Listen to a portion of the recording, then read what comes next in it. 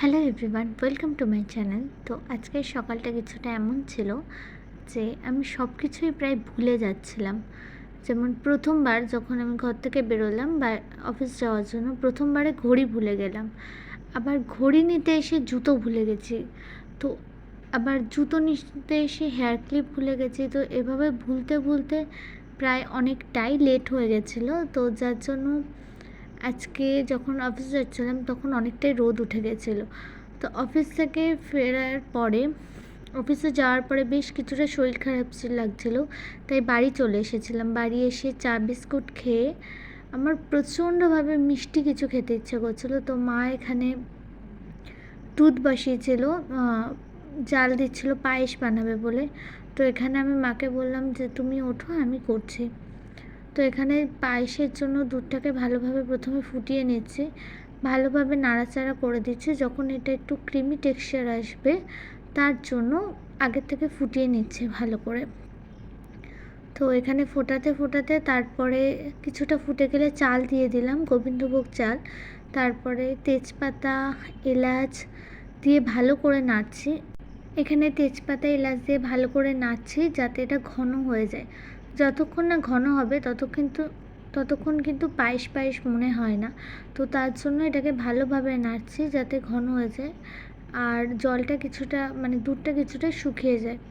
তো এখানে নাড়ছিলাম। তো নাড়তে নাড়তে পাশে আর একটা জিনিস খেয়াল করলাম, এটা সেকেন্ড টাইম দুধ বসিয়েছিল। তার আগের বার যখন দুধ বসিয়েছিল সেটা যা হোক কোনো কারণে ফেটে গেছিলো।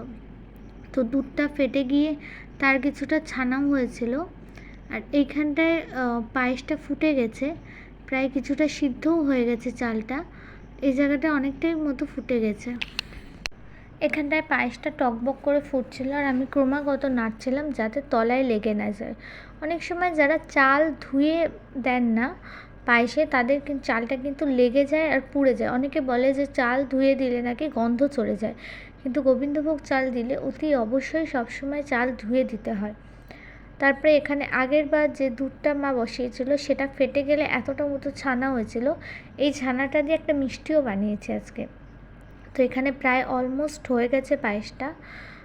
এটা শেষের দিকে নাড়ছিলাম যখন অনেকটা দুধ শুকিয়ে গেছিলো, ঘন হয়ে গেছিলো। আর এখানে এতটাই গরম ছিল পায়েসটা, আমি ফু দিয়ে দিয়ে খাচ্ছিলাম আর ঠান্ডা করছিলাম। তো জ্বরের মুখে প্রচণ্ড ভালো লাগে পায়েস বা ঝাল ঝাল কিছু খেতে। আর এখানে মা ছানাটাকে ভালো করে চটকে নিচ্ছিল যাতে এর মধ্যে একটু জল না থাকে, এবং এটা মিষ্টির জন্য খুব ভালোভাবে মাখা যায়। তো সেটাই এখানে চটকে চটকে মেখে নিচ্ছিল ভালোভাবে, একদম যাতে একটুও দানা বা লাম্পস সেটা যেন না থাকে। তারপরে এখানে মিক্সার গ্রাইন্ডারের মধ্যে আম তারপরে চিনি দিয়ে ভালো করে গ্রাইন্ড করে নিয়েছিলাম। করে নিয়ে তারপরে এতে ছানা দিয়েছিলাম, যে ছানাটা আগে চটকে রাখা হয়েছিল ওই ছানাটা এর মধ্যে দিয়েছিলাম। ওই ছানাটা আর এটা দিয়ে ভালো করে গ্রাইন্ড করে নিয়েছি। তো গ্রাইন্ড করে নেওয়ার পরে এখানে ছানা, মিষ্টি, চিনি আর আম দিয়ে ভালো করে গ্রাইন্ড করে নিয়েছি। তারপরে লুকটা এমন এসেছিল। তারপরে আবার কিছুটা পায়েস আর একটা বাটি থেকে তুলে নিয়ে আমি খাচ্ছিলাম, কারণ পায়েসটা খুব ভালো হয়েছিল। আর এখানটায় মিষ্টির জন্য নাড়ছিলাম, কারণ মিষ্টির এই যে থকথকে কনসিস্টেন্সিটা আছে এটাকে শুকিয়ে একদম আঠা করে দিতে হবে। এর যে জলটা আছে এই জলটাকে মেরে ফেলে তারপরে একদম একটু টাইট করে দিতে হবে। তো এখানে ক্রমাগতভাবে নেড়েই যাচ্ছিলাম আর একটু নাড়া বন্ধ দিলেই তারপরে কড়াইতে লেগে যাচ্ছিলো।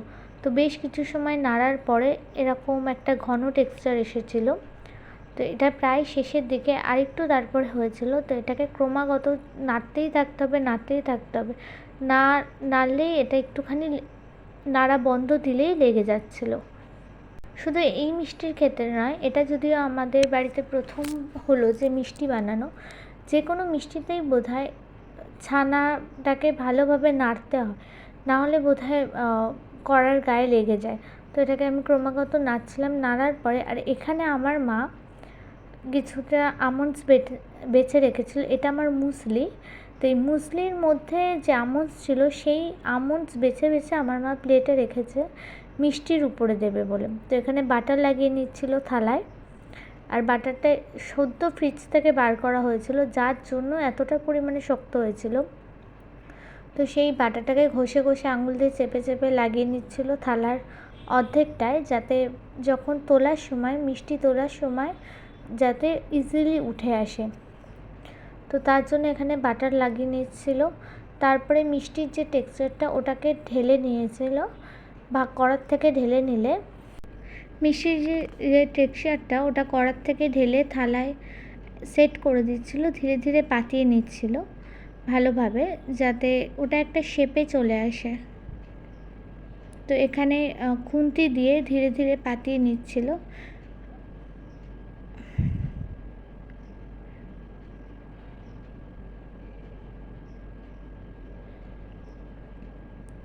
এটাকে খুন্তি দিয়ে ধীরে ধীরে একটা শেপে এনে পাতিয়ে নিচ্ছিল, যাতে যখন তোলা হয় তাতে সবকটা পিস যেন সমান থাকে।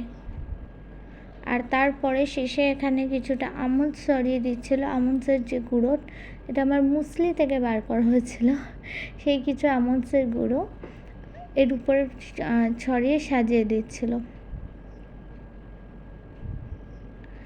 আর এখানে বাঙালির জুগার বলে, তো আমার মা ছুরি না পেয়ে খুন্তি দিয়েই ওভাবে কেটে কেটে পিস পিস করে দিচ্ছিল, যে যাতে মিষ্টিগুলো পরে ওভাবে পিস পিস করে তুলে খাওয়া যায়, কোনো জমাট বেঁধে গেলে কোনো সমস্যা না হয়।